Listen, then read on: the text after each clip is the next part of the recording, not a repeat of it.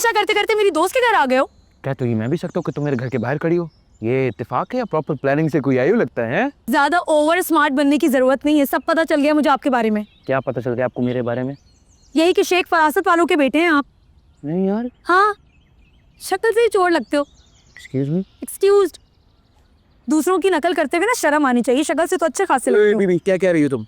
होश में तो? बिल्कुल होश में हूँ, वही कह रही हूँ जो बुजुर्गों से सुना है। क्या सुना है? यही कि शेख फरासत वालों ने हमेशा हमारी नकल की है, कभी अकल से काम नहीं लिया। तुम हो कौन? रक्षी भट्ट, हाजी फजल हुसैन भट्ट की पोती। और इस शहर में जितनी भी मिठाइयों की दुकानें हैं ना, ज्यादातर हमारी हैं। तो दूर आओ मुझसे और मेरी दुकानों से, और जरा चोरी को ना कंट्रोल करो, घर वालों को भी सिखाओ और खुद भी सीखो। रक्षी भट्ट, जिसमें भट्ट की तुम बेटी हो ना, काफी देर से बर्दाश्त कर रहा हूँ, इल्जाम लगाए जा रही हो, चोर नहीं बोला इसके बाद। चोर को चोर ही बोलूंगी ना। अगर ये इल्जाम गलत साबित हुआ तो? अगर सच साबित हुआ तो मैं दुकान छोड़ दूंगा। अगर गलत साबित हुआ तो मैं भी दुकान छोड़ दूंगी। कौन सी दुकान? बना तो लो पहले अपनी दुकान का मजाक नहीं करना। दुकान का मजाक नहीं करना। हाथ में लगाओ, तमीज। अबे रास्ता नापो, निकलो यहाँ से। तुम रास्ता नापो, मैं अपनी दोस्त की तरफ आई हूँ, बदतमीज। इसके घर का नंबर क्या है? 391। इस घर का नंबर क्या है? 391। देखो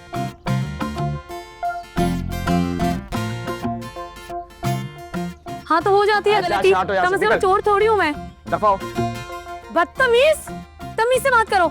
घर वालों को बताओ कि लड़कियों से तमीज से बात करना सिखाएं तुम्हें, बदतमीज इंसान।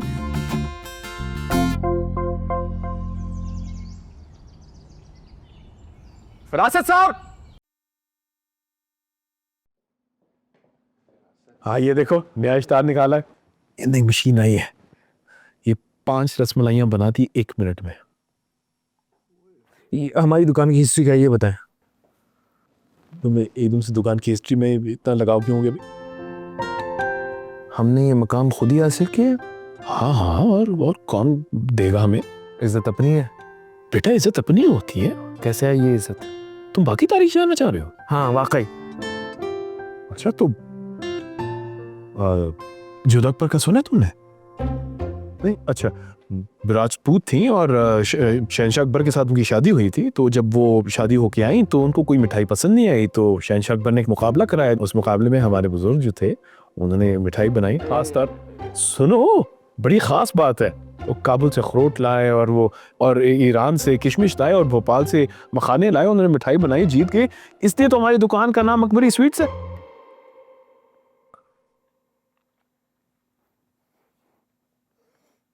जब हमने शॉप खोली थी, दुकान खोली थी, उस वक्त फजलुद्दीन भट्ट साहब की दुकान बहुत मशहूर थी। उस वक्त तो फजलुद्दीन भट्ट के दादा भी नहीं पैदा हुए थे। क्या मतलब तुम्हारा? बड़ा टफ कंपटीशन दिया था उन्होंने। दिया था टफ कंपटीशन, ये तो हाल की बात है। तो फिर वही जो मार्केट में होता है हुआ। वो जो मिठाइयाँ बना रहे थे हमने बनाई, उनसे बस बेहतर बनाई, लेकिन बनाई। इसी की वजह से वो मुझे चोर बोल रही थी।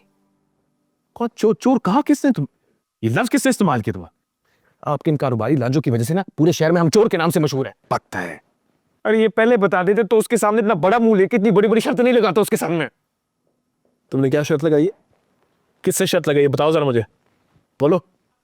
अब दुकान छोड़नी पड़ेगी मुझे। एक सेकंड, क्या मतलब दुकान छोड़नी पड़ेगी? नई दुकान खोलूंगा। क्या मतलब नई दुकान खोलोगे तुम? कौन सी?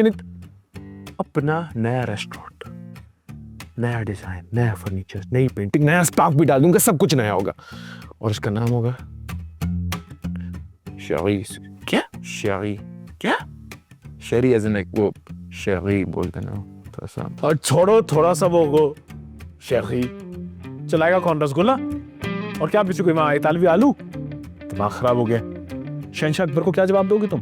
है मरने के बाद अपने बुजुर्गों को क्या जवाब दोगे तुम? सीधा सीधा दुकान पे आओ। शेखी।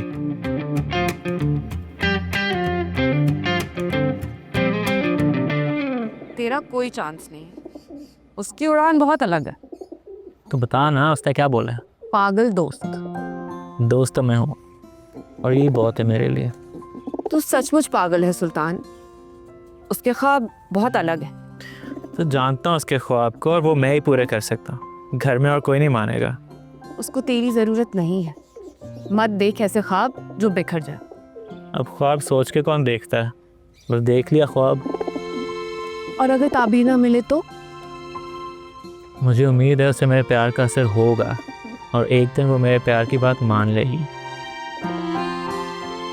मेरी दुआ है कि तेरा दिल ना टूटे सुल्तान। आमीन आमीन आमीन। आओ आओ। ये बहुत बड़ा और मुश्किल काम है रक्षी।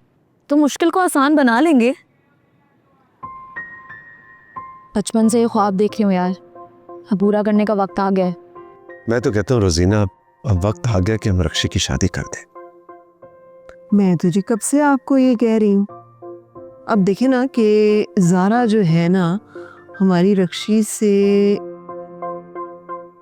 पूरे 11 महीने छोटी है और अगले साल उसकी शादी हो जानी है और उसके माँ बाप उसकी जिम्मेदारी से फारिग हो रहे हैं।